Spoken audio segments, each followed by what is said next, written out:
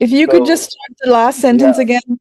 I will. So, so basically the feeling of helplessness and hopelessness, which then gets tied into hesitating, putting off, you know, procrastination because it activates dorsal vagal energy.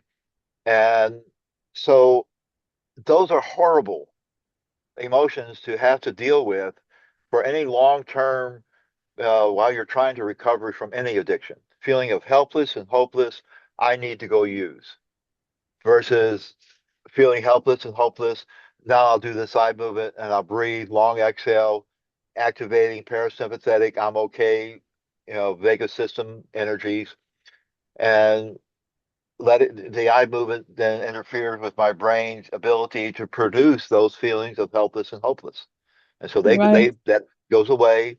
I can take a nice deep breath and get a lot of good oxygen in my system, and then that oxygen is going directly to my brain. So it's really possible then to make positive changes. Can Uh, can you do a go- demonstration, do you think, with somebody if somebody has a is willing to come forward? We don't have to, but sure, sure. Nothing better than an actual demo. Somebody wanted to jump in, I'd be more than happy to guide them through the same way I teach anyone, basically. it doesn't have to be some Because big trauma. It can just be some little thing that some little behavior shift that you want to yeah. change. Well, I mean, if nobody's going to jump on, I can just share it with anybody who's listening. The eye movement is simple. It's back and forth, left and right, back and forth. Don't make big movements. Big movements, you wear the muscles out. So what I do is I look at this side of my nose and then I look at that side of my nose. So it's just like this. Very simple. I can do it with my eyes closed, my eyes open. I tell everyone to practice doing the eye movement until they can do it like walking. You don't think about each step, you just walk. And the same with the eye movement. Once you get some practice in, you can focus on something and do it and notice what happens. You just need to know about how long it takes you to do it for, a couple dozen times to each side. It's not a big deal. Uh, Anything I that upsets you, you can focus on being upset and do the eye movement and feel the upset go away. It's great. I like to watch the news so I can feel upset by what's happening in the world so I can practice. And what's the benefit of that is that I'm practicing on my reaction to things that I've heard about or I've seen that are not affecting me directly. And in that practice, letting go of the upset with news from the other side of the world that's not affecting me, but I can feel upset about it as any human being would. Then when something does happen, that is directly affecting me in my life, it's really easy to process through it with the eye movement because I've had that practice with things that don't directly affect me. And Mm. so that's one of the things I teach everybody is don't avoid unpleasant emotions, go after them. Once you learn how to do this eye movement, you can go after them so they stop controlling you and then they start serving you. And as a practice, learning to do the eye movement as a practice is better than even as a therapy. And as a therapist, like I said, I've been doing it for 35 years now, at every level of clinical, inpatient, outpatient, individual, private practice, large groups teaching uh, a group of people how to use it through stretching, through letting the muscles relax in the body using the eye movement. Totally safe, easy way to get into it.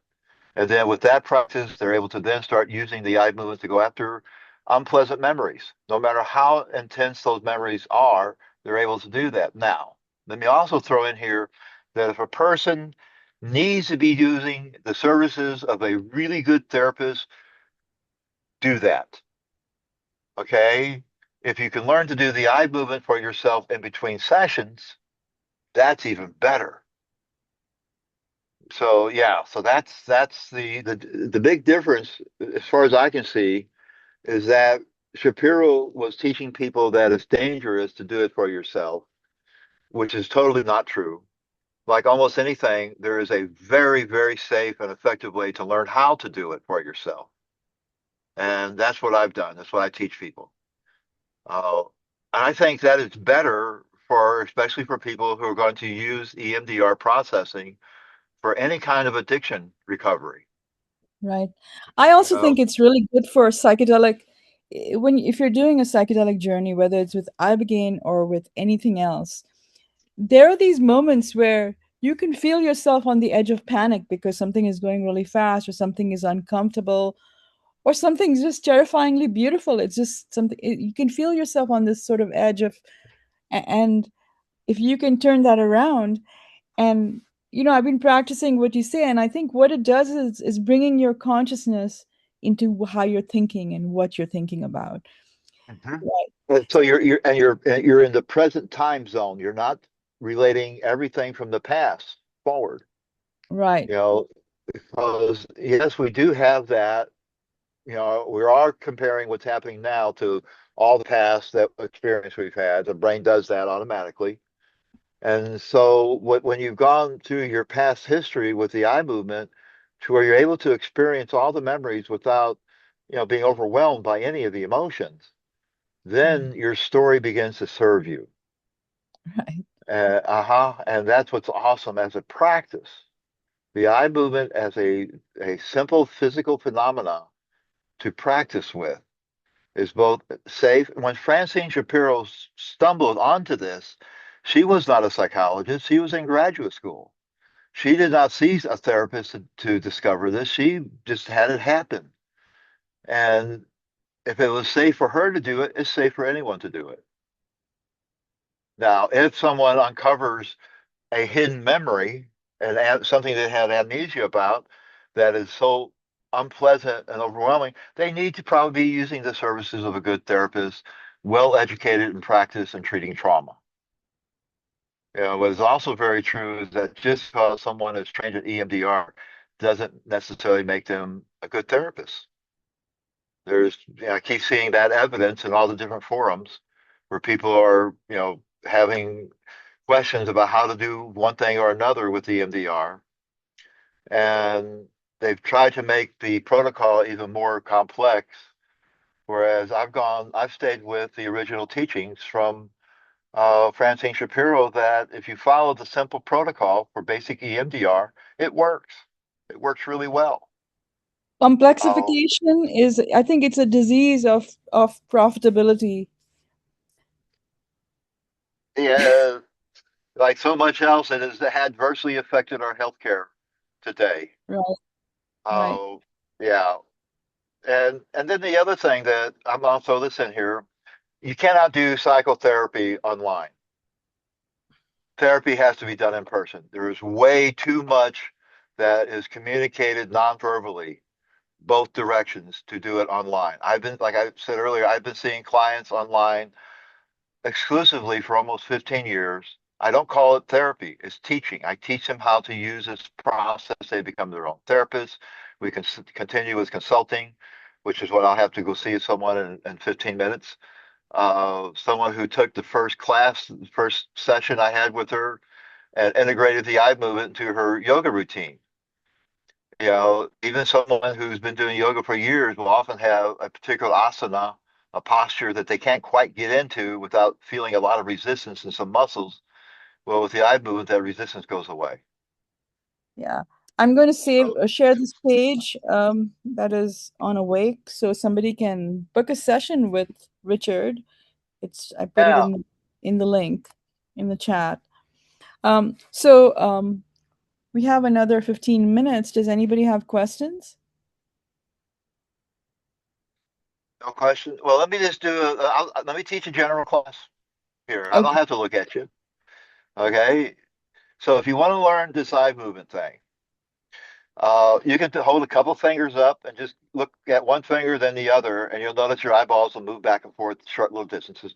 Or well, like what I do is I look at one side of my nose, then the other. And it's all about getting a good rhythm going.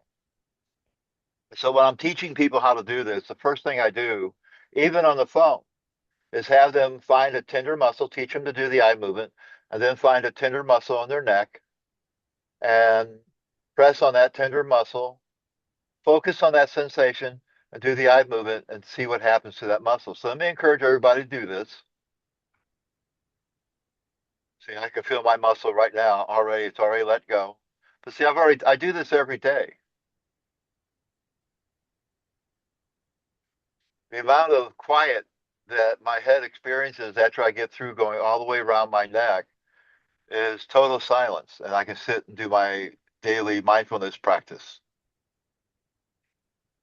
And So, so that's how I teach people initially. And then once they've had that successful thing where they feel the muscle, and if the muscles don't relax, then we have a conversation. I need to know why. I need to know what else might be happening. Uh, and those are the occasions where I'm glad I have a really good, strong, solid clinical background. Uh, and that way I'm able to take a look at what is there something else going on that needs to be addressed. So, but once we get past that, if they able to get the muscles to release, to relax, and even just reaching up and grabbing that rope that goes across top of our shoulders and pinching it, and you feel it letting go with the eye movement. Well, then I tell them pick something from your memories, something along the lines that not a big trauma, something that's like an irritation. The one I use when I'm doing corporate teaching is someone took your parking space.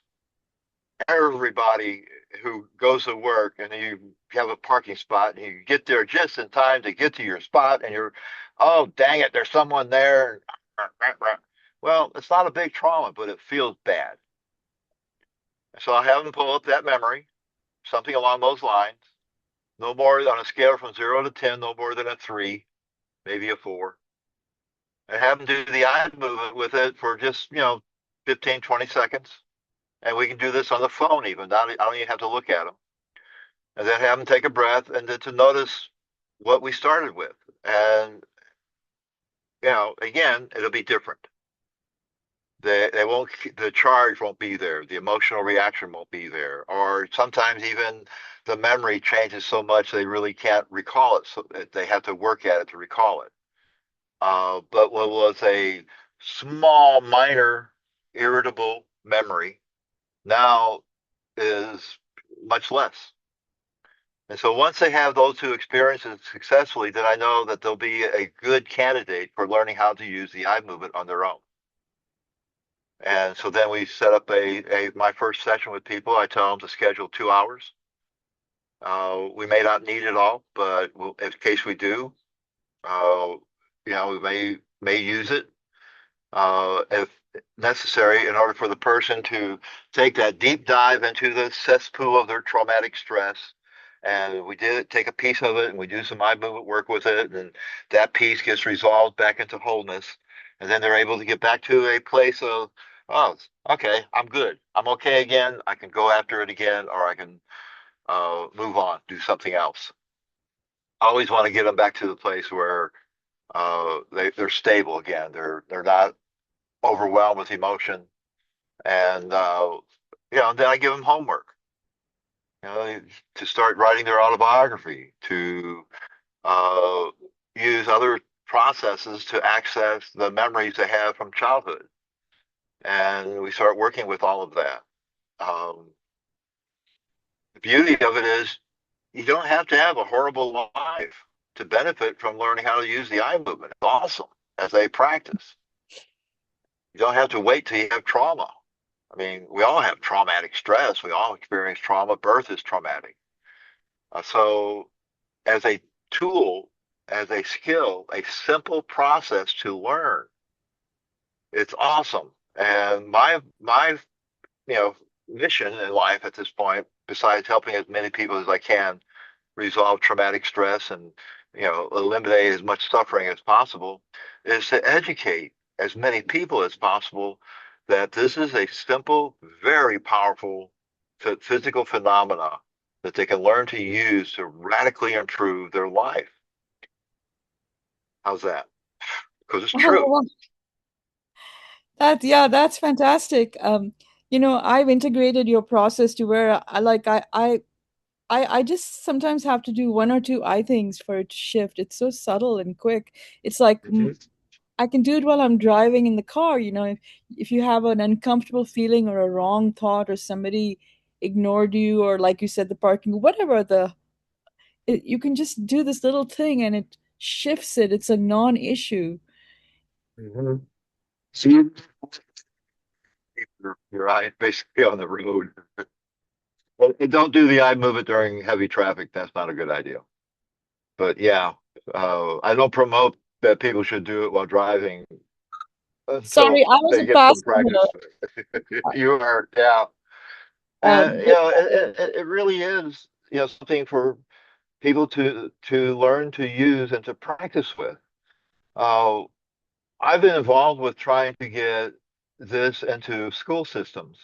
I used to be a high school art teacher, and one of my former high school students from back in the 70s, he and I are still really good friends, and we have put together proposals for different school districts, where we know that kids who, especially Black Americans and Hispanic Americans who live in inner city ghetto areas, are subject to a lot of trauma. You can get shot just because you live in a neighborhood with high crime, or you can get arrested because you're not white walking down the street. Well, we know that those children's brains do not develop as well as children who grow up in areas without that trauma environment. And so we should be looking at this trauma environment as creating a physical disability, and the American Education Physical Disability Act should provide special educational, uh, support for kids who live in those environments. So what we wanted to do was to get a school building that we could use with all the staff, including everything from janitorial and maintenance up to the principal, all the teachers, all the students would learn how to use the eye movement process from EMDR for themselves as a practice so that they're able to drop the load of stress that they're carrying as they may create on the way to the school building once they come into the building. And let's see if they can learn better. We haven't been able to get any school district to bite yet, but that is still one of the projects we would love to get out there. Um, the idea that teaching people to use the eye movement on their own is dangerous is absolute BS. Well, I think a lot of the healthcare system standards are again motivated by profitability and keeping you beholden to a system for healing when there are so many things. I know this from personal experience, so many things you can do on your own with your own agency. Um, yeah, so I really love that you do it, and I'm really excited about having it be available to people who are going through the feed program, as a post Ibogaine or however we work it out. Hi, Paul. Anybody else have any questions? I think we have 5 minutes, and if not, can you talk about a little bit about the gong work and the sound healing Oh and yeah, the right. So when I was a yoga teacher, before I started doing anything clinically, I was teaching classes where especially older people, I mean, quite older, not like me right now. No, quite older people. When you get to the end of the yoga routine, you're doing the relaxation. I would be saying, okay, now tell your left foot to relax. Well, the first time I did that, and this older person raised their head up and looked at their foot and said out loud, left foot relax. Well, I knew they had an internal communication issue. So quickly hitting the center tone of a, fairly large gong where you're going to get a bong and a deep resonance that's going to last for a bit. That would mean that their left foot is already communicating to their brain from the resonance that it's experiencing, from the vibration. And so it was very easy then to start including using a gong as part of the yoga routine. And then it was also very easy with that same explanation to bring the gongs into the hospital.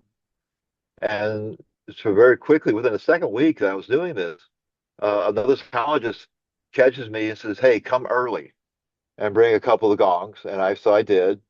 And he had another psychologist hooked up to the neurofeedback equipment that was in the back of the hospital. The old style equipment with the needles and paper. And this guy was had to bond it on with all the 24 points and all the wires. And we set up two gongs. And at first I had them where they were just parallel to each other and hit the center, bong. And it really didn't do a whole lot. And I don't remember why, but I moved them so they were at an angle to each other. And when you have two sources of sound at angles to each other, they create an interference pattern that you experience as a wah, wah, wah, wah, wah effect. And by changing the angles, I changed the speed of that frequency. And we watched some of the needles follow that change. And so as I open the gongs angles up, that wah wah gets slower, wah wah wah wah. Close it, it got faster, and we watched the needles either slow down or speed up based upon what we did with the gongs. So we knew then, all three of us went, "Ooh, look at that." So I spent the next several years reading everything I could on the physics of energy entrainment, because that's what we were doing, using one form of energy to entrain another form of energy, the brainwaves, to match the first form.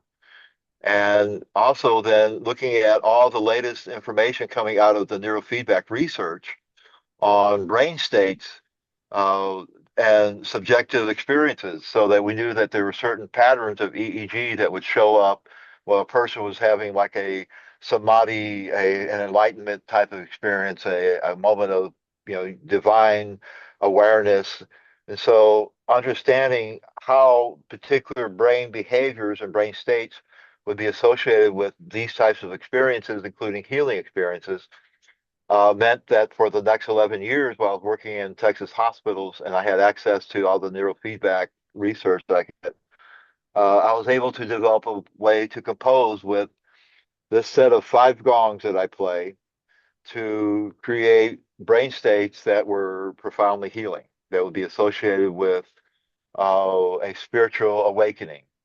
And that, as we all know, that kind of experience is profoundly healing when a person's gone through a lot of difficulties, through trauma, to suddenly go, oh my gosh, I'm one with God. Yeah, that really does cover a lot. And so that's then in 1999, when St. John Hospital, Johnson Space Center's hospital, shut my program down, uh, and let me go. They were very kind to me. They gave me a golden parachute.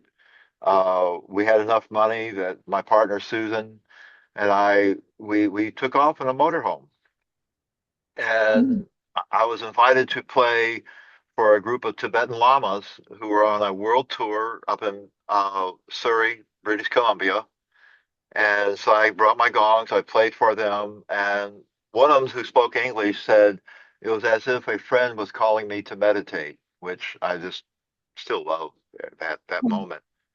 And then they did a special blessing where they sat in front of these gongs, because this type of gong, the design comes from Tibetan monasteries.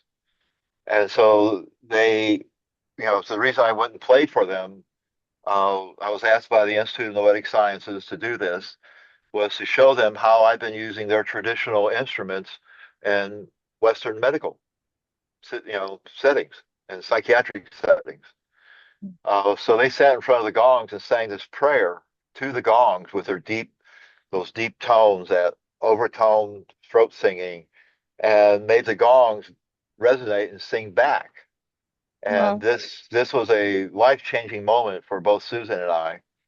And some of our friends, because to me, these were clinical tools. The ideal that I could play concerts with a bunch of gongs, that wasn't on the menu, but it certainly has been since then. It's 1:30. Did you have a hard stop? I just wanted to, that's why I Yeah, was. I do need to go. Let me double check here on my phone, make sure that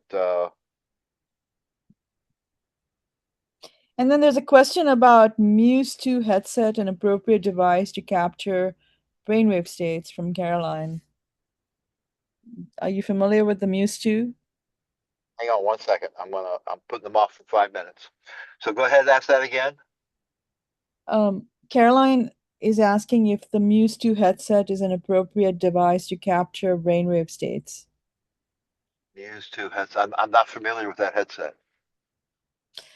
Well, you're a pioneer. You've been doing this way before all this talk about nervous system dysregulation and how to, it's what everyone's talking about now. Well, see, now the ideal that I was a pioneer is absolutely true. I got lucky. The two psychiatrists were on the, really on the leading edge of developing therapy for what was in the 80s a brand new diagnosis, post-traumatic stress disorder. Yeah. Yeah, and so I got in on the, from 1988 on and developing psychophysical treatment protocols to where what they refer to now as somatic approaches for treating trauma. We were calling it therapeutic yoga because that was, used, but yoga is a not an English word. And so to really make it more appropriate for Western medical, changing that language was really important. Uh, but yeah, we were definitely knew that we were doing some things that were new. Back in '92, I was invited to present a workshop at the first World International Council, let's see, the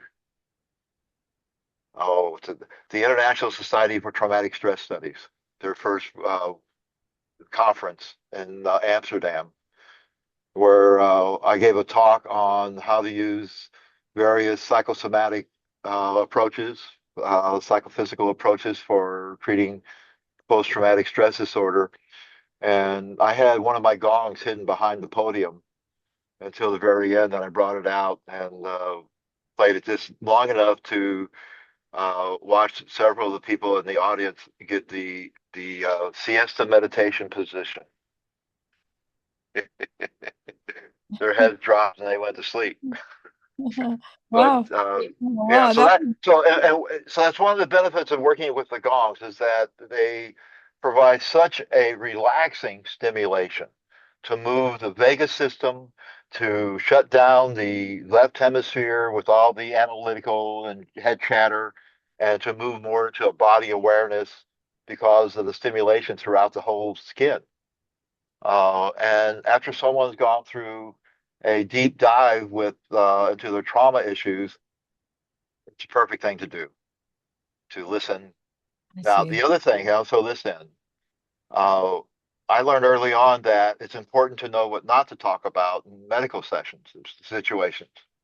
When I played a 30-inch gong at the foot of the bed of a woman who had undergone amputation surgery, and the Oh, wound wasn't healing because of the diabetes and the trauma to the capillaries and all that blood vessel restriction. And two notes on that gong restored blood circulation to the wound, started healing. wow. That's so Now, amazing. I was going to ask you uh, about physiological stuff. Like what? we can do more about that, but yeah, but then I played a little bit longer, and the same woman suddenly had a visitation experience from her deceased husband, who'd been dead for 30 years, telling her to get her act together, that her adult children needed her to, to be their mother, basically. And I'm watching this woman talk to where the wall and the ceiling meet, and I'm like, okay.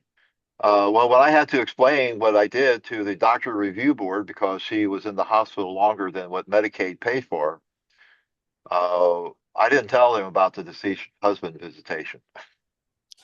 It's important to know what not to talk about. Right. But Or hi. I did talk about, I brought the same gong to that meeting, hit the center tone bong, and I talked about the overriding dermal stimulation that the heavy resonance of the sound creates. And every doctor just nodded their head. They understood yeah, that overriding dermal stimulation would compensate for capillary constriction, causing capillary relaxation that was related to the trauma of the surgical wound. And they all just nodded their head, just like you're doing. They understood every word. And then and so and they knew I wasn't dangerous at that point. So yeah, so I got away with doing this Uh, for 11 years in narrative that they hospitals. could get behind. Yeah. You gave So them. yes, and now I do need to, let me check here one quick, make sure. Sometimes she has to change the schedule. Okay, now I'm going to have to go. All right. Well, thank you so much, Richard. That was so wonderful as always. And if anybody wants to contact Richard, You can find him on awake.net. Just go to the directory and put in his name, and his profile will come up. And I'm sure we'll be hearing from Richard again because I want to have you come by and talk to people again because what you're Anytime. so important, so important. Yeah. I really want to support what the work that Awake is doing and all the other people here that are doing to bring this powerful addiction therapy, trauma therapy medicine. And I do a lot of work with people who are working with mushrooms, with psilocybin. Trauma work under the influence of the psilocin, the active ingredient in it, is so much more effective than doing it otherwise. So, yeah, be happy to come talk about more. So I'm going to have to say goodbye, everyone. Goodbye.